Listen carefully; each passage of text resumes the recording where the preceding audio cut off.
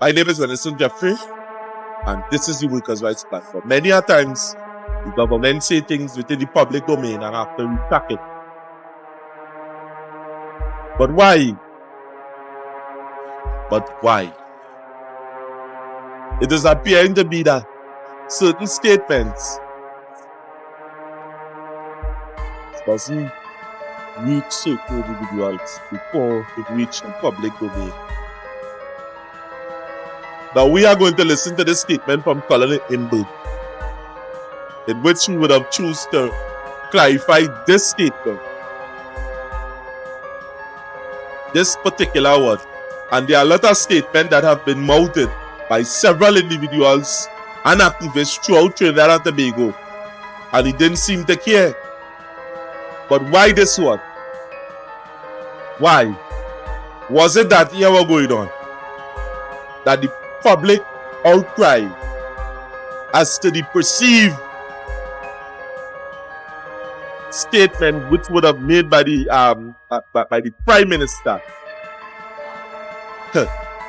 Public servants didn't stutter and come together. Now we are going to play the clip for you to see for yourself and for you to come up with your analysis. And if you want, you can make a comment in the comment section and tell me what you think. My name is Venison Jeffrey, and this is the Workers' Rights Platform. Like, share, and subscribe.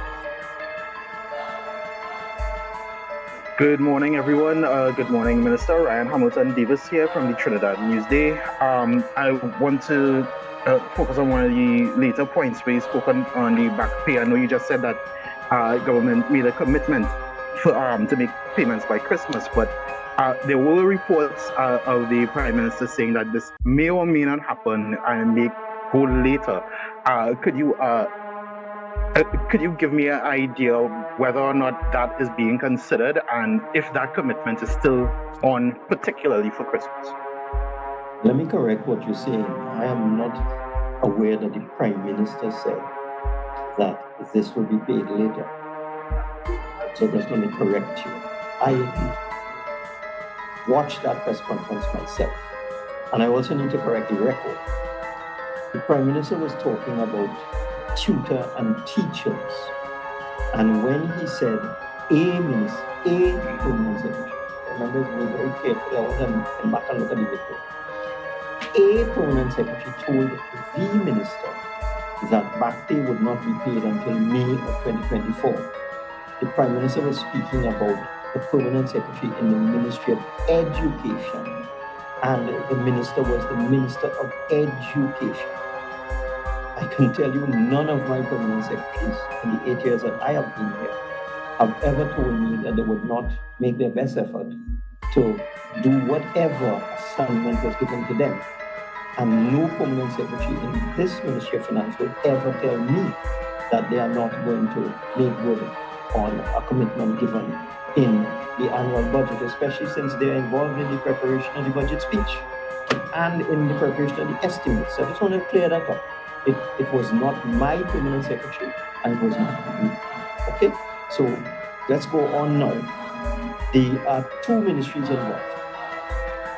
There is the Ministry of National Security and the Ministry of Education. And that, let me deal with another misconception.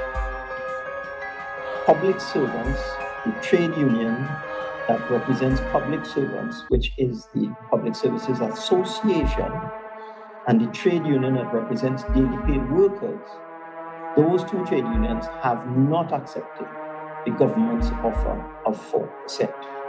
And since they have not accepted them, they don't fall within the definition of us paying all of the workers whose trade unions accepted the 4% by Christmas, okay?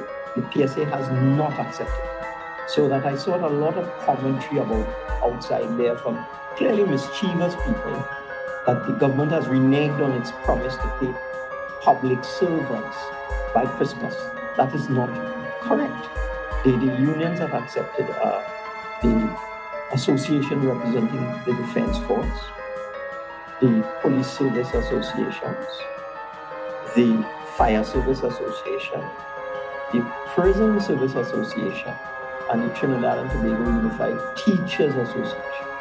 So that in the context of the statement made in the budget, the workers that have been identified to receive the back pay by Christmas are teachers, prison officers, fire service officers, police officers, and members of the Defense Force, Army, Coast Guard, and Air Guard.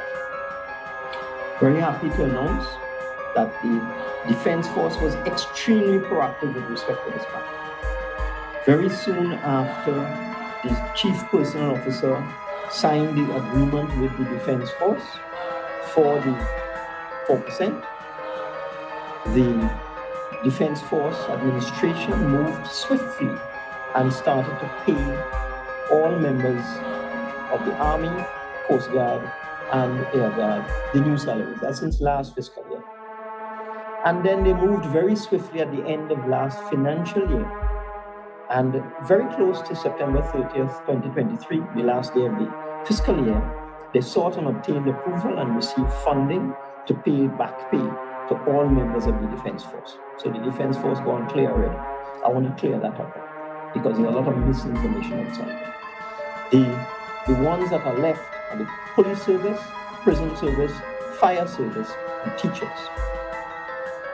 We in the Ministry of Finance now are working with all of these entities. We are working with the Ministry of Education. In fact, we had meetings here at the Ministry of Finance just a couple of days ago. They identified the additional resources that they need because the statement made by the Permanent Secretary in the Ministry of Education to his minister was based on the resources that they have at this time. Obviously, they need additional resources. So that we are working with them to provide the Ministry of Education with the additional people that they need to do the calculations, because calculations have to be done for every single worker, teacher in this case.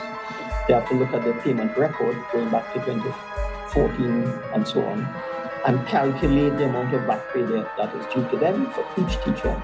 And then each one of those calculations has to be audited, and then a payment file is created with all 17,000 teachers, and that is sent to the Treasury so that it can be paid by Christmas of 2023.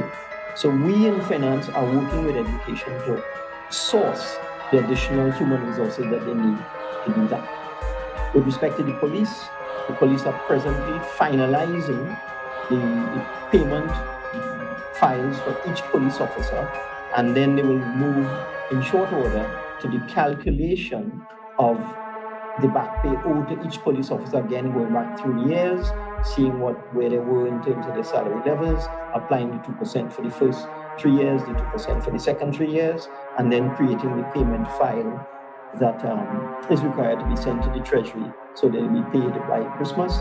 Again, we are providing all necessary support to the police and will source all necessary human resources that they may need to help, but we were fairly confident that the police service, the commissioners provide allocating sufficient resources, but if we need any, we will assist them.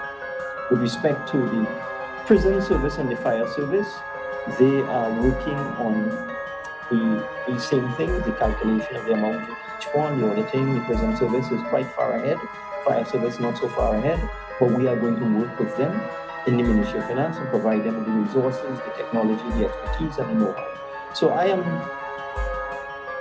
quite confident that once everybody pulls together, we will achieve the back pay promise that we made to pay these categories of workers, teachers, prison officers, fire officers, police officers, by December 2023, we'll be aiming for December 22, December 23, somewhere around there, and some will get before, some might even get in before.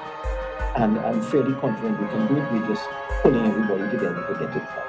So I just want to clear that.